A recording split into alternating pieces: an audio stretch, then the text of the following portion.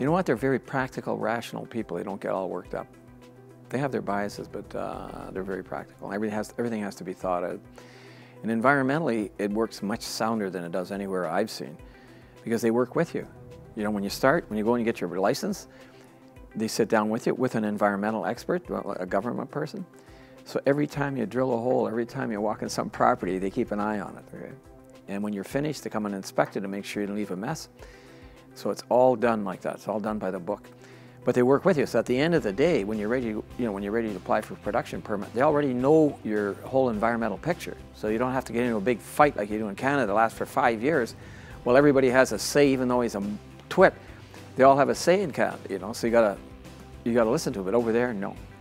They have a say. They can go to court, but they better show up with experts, because the courts rely on expert opinion. Most expert opinions will not knock uranium mine. And of course, 50% of the electricity comes from nuclear power, which I didn't know that until I got there. But 50%, they're almost as advanced as the French. Never had an accident either. Yeah.